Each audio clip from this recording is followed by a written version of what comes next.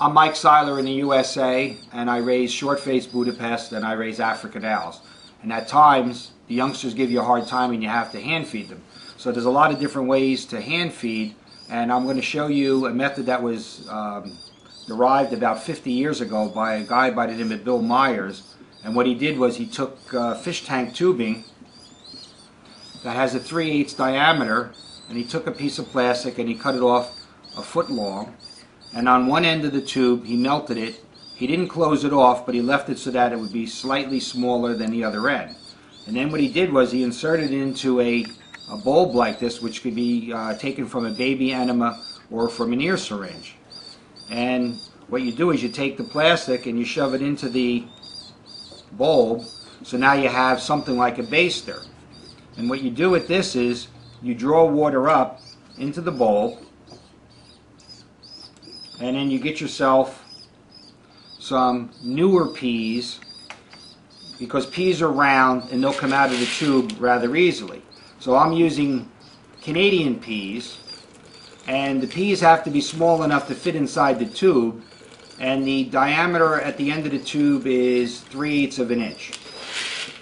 And of course the peas have to be smaller than the tube to fit in, and you should use new peas. They can't be cracked, and they can't be scaling because they'll stick inside of the tube. And then what you do is you take your baby pigeon that's giving you a hard time learning how to eat,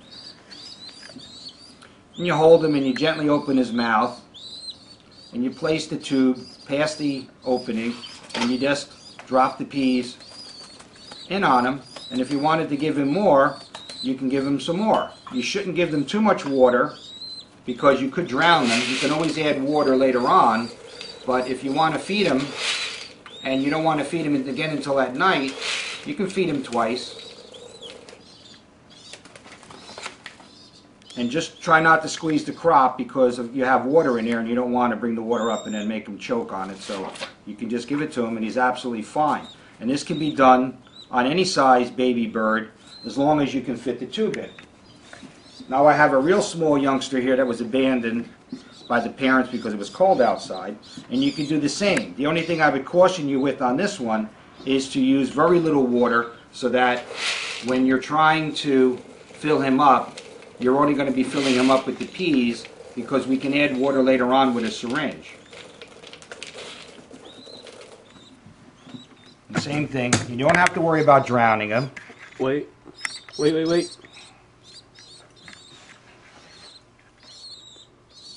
Go. Just open it up and drop the peas in, and he's good until tomorrow morning.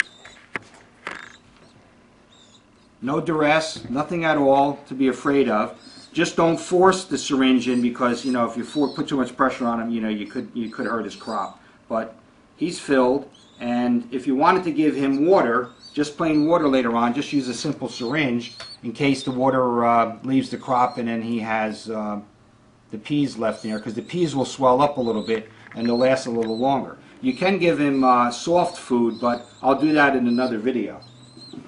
So I'm going to do this again for you with another bird that's giving me a hard time. I'll fill the tube up again first. Just drop the peas in. Make sure they go to the bottom. They can't fall into the bowl because one side of the syringe is closed. You take the baby and hold him. Open his mouth and just drop the peas in. Now, the gentleman who taught me how to do this in modern times is Gene Pardini in Pennsylvania, because he raises English tumblers, and he's about 83 years old, and he remembered Bill doing this, and he knew I was raising African owls in the Budapest, and he says, "Mike, you should try this." And then my friend Santo Mealy told me where to get this plastic tubing, and this plastic tubing is manufactured for fish tank hobbyists. It's some kind of underground filter piping, and it's called clear plastic PVC. It comes 3 foot long. You cut it into 1 foot pieces. File off the end so that it's nice and smooth, so you're not going to cut the baby. And insert the other end, and like I said, you can warm it up on the stove. And you can feed as many times as you want, just by taking the peas and adding them in.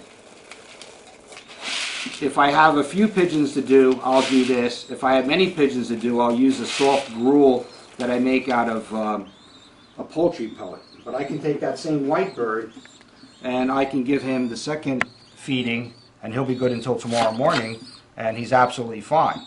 Of course, they fly away on you sometimes, but he should be eating on his own in a little bit, but at least he's full, and you get to save a real nice show specimen when you normally would lose him. So that's how I hand feed in the USA, and I hope I helped you out.